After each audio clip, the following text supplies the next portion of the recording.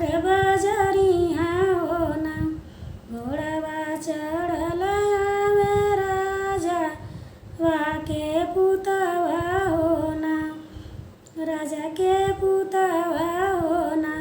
रानी बेनिया कदमावा तब तू होना रानी बेनिया कदमावा तब तू होना एक रानी बेनिया कदमावा तब तू होना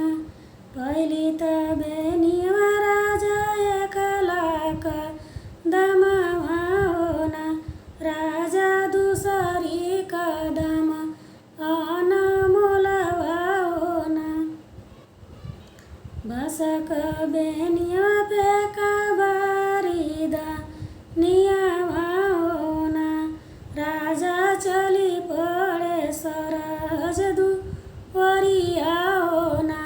राजा चली पड़े सरज दुवरिया होना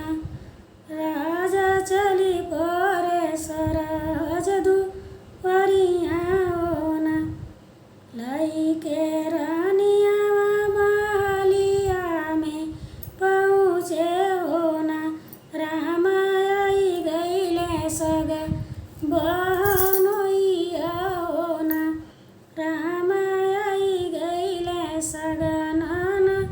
दैया होना सबका त देखी सरज बेतरा बहरावा होना सरज एक नाही देखो तोर नदी होना सरज एक नाही देखो तोर नदिया होना एकई सलियानंद कैली जहरवा होना एकई त सलियानंद कैली जहरवा होना नंदई मरी गईली हमारी नदिया होना नंदई मरी गईली हमारी नदिया होना जब सरज मरी गईले तोरी नदिया होना सरज नदी का मटिया देखवा तू होना सरज नदी का मटिया देखवा तू होना ए सोत सलियानंदया ले बड़िया होना नंदई बई गईली नदी का मटिया होना नंदई बई गईली नदी का मटिया होना जब सरज बई गईली नदी का मटिया होना सरज नदी का जेवा देखवा तू होना ऐसो का सलियानंदई होई गईले चोरिया होना नंदई चोरिया होना होना अशोक सलियानंदई होई गईले चोरिया होना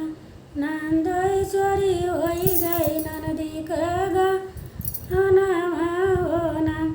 नंदई चोरी होई गई नदी का गहनवा होना जब सरज चोरी वाया नदी का गहनवा होना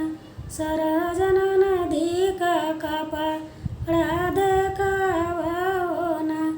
सरज नदी का कपड़ा देखवा होना ऐसो का सलियानंदई लगी गईली अगिया होना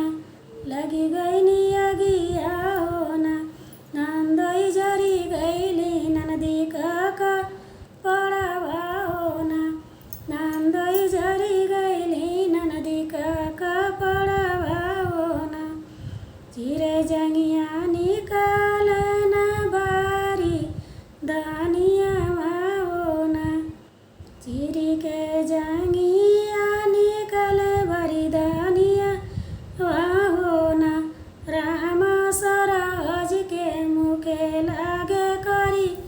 कहो ना राम सरज के मुखे